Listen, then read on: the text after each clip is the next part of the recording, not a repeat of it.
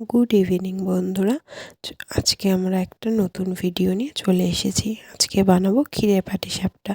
তোমাদের খেতে কেমন লাগে অবশ্যই কিন্তু জানিও, আর ছোট্ট করে একটু লাইক কমেন্ট আর শেয়ার করে দিও। চলো দেখিনি আমরা কিভাবে আজ এই ক্ষীরের পাটিসাপটাটা করব। প্রথমে দুধটাকে ঘন করে একটু জাল দিয়ে নিয়েছি, তারপরে এটার মধ্যে মাখা সন্দেশটা দিয়ে দিচ্ছি। মাখা সন্দেশটা প্রথমে দিলে একটু দলাভাব থাকবে, তারপরে যখন ফুটে যাবে তখন এটা ঠিক হয়ে যাবে। আমার ম্যাক্সিমাম এটা করতে 10 মিনিট লেগেছে, ক্ষীরটা তৈরি হতে 10 মিনিটের মতো লেগেছে। মাখা সন্দেশটা দেওয়ার পরে এটাকে একটু ভালো মতো নাড়াচাড়া করতে হবে, না হলে দলাভাবটা কাটবে না। এই যে দেখো ফুটে গেছে। এটা আরও একটু হবে, আর একটু হলে তখন এটা পুরোটা ক্ষীরে পরিণত হয়ে যাবে। পুরোটা ক্ষীরটা আমাদের হয়ে গেছে। এখন আমরা ক্ষীরটাকে একটা প্লেটের মধ্যে নামিয়ে ঠান্ডা করে নেব।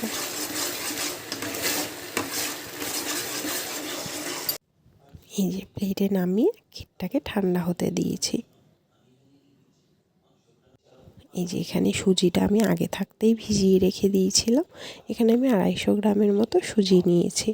250 গ্রাম সুজির মধ্যে আমি গুড় দিয়েছি 100 গ্রাম থেকে 150 গ্রাম গুড় দিয়েছি। এই যে গুড়টাকে আমি এইভাবে একটুখানি স্লাইস করে করে ছুরির সাহায্যে একটুখানি কেটে নিচ্ছি, যাতে গুলতে একটু সুবিধা হয়। তোমরা কিন্তু অবশ্যই জানিও বন্ধুরা, তোমরা কীভাবে পিঠে বানাও। এই যে আমার গুড়টা আমি এইভাবে কেটে নিয়েছি। দেখো বন্ধুরা, দেখতেও সুন্দর লাগছে। এবার আমি ছোট 2 বাটি ময়দা নিয়েছি। তারপরে এটা একটুখানি ভালো করে মেখে নিচ্ছি। তারপরে এটার মধ্যে 2 চামচের মতো চালের গুঁড়ো দেব, যাতে একটুখানি বেশ সফট নরম নরম হয়, খেতেও ভালো লাগবে। এবার আমি 2 চামচ চালের গুঁড়ো দিয়ে দিয়েছি। চালের গুঁড়োটা দিলেও একটুখানি টেস্টি হয়। মা দিদাদেরকেও দেখতাম এইভাবেই করতো। তারপরে এটার মধ্যে দুধ দিয়ে দিয়েছি। দুধটাকে দিয়ে ভালো করে এটাকে মিশ্রণটাকে মাখতে হবে, ব্যাটারটা যাতে খুব সুন্দর হয়।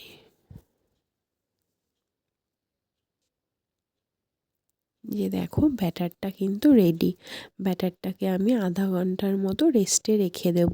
এরপরে ভালো করে একটু মেখে নিচ্ছি, যাতে দলাভাবটা না থাকে। দলাভাব থাকলে কিন্তু ব্যাটার ভালো হবে না, বা তোমার পিঠেটাও ভালো হবে না।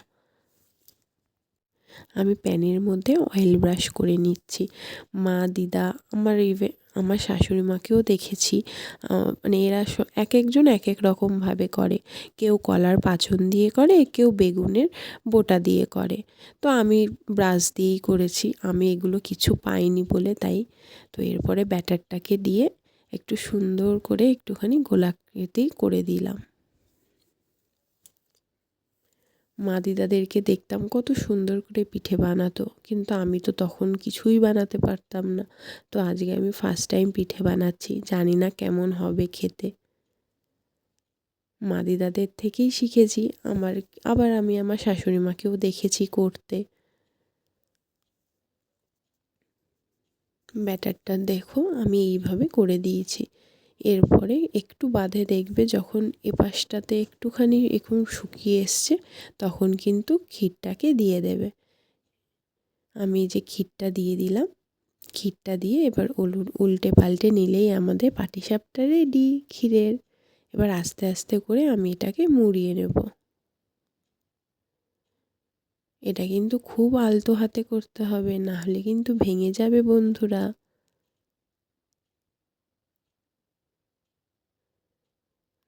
উল্টে পাল্টে এবার একটুখানি সেঁকে নেব, যাতে ভেতরে কাঁচাটা না থাকে, কাঁচা ভাবটা।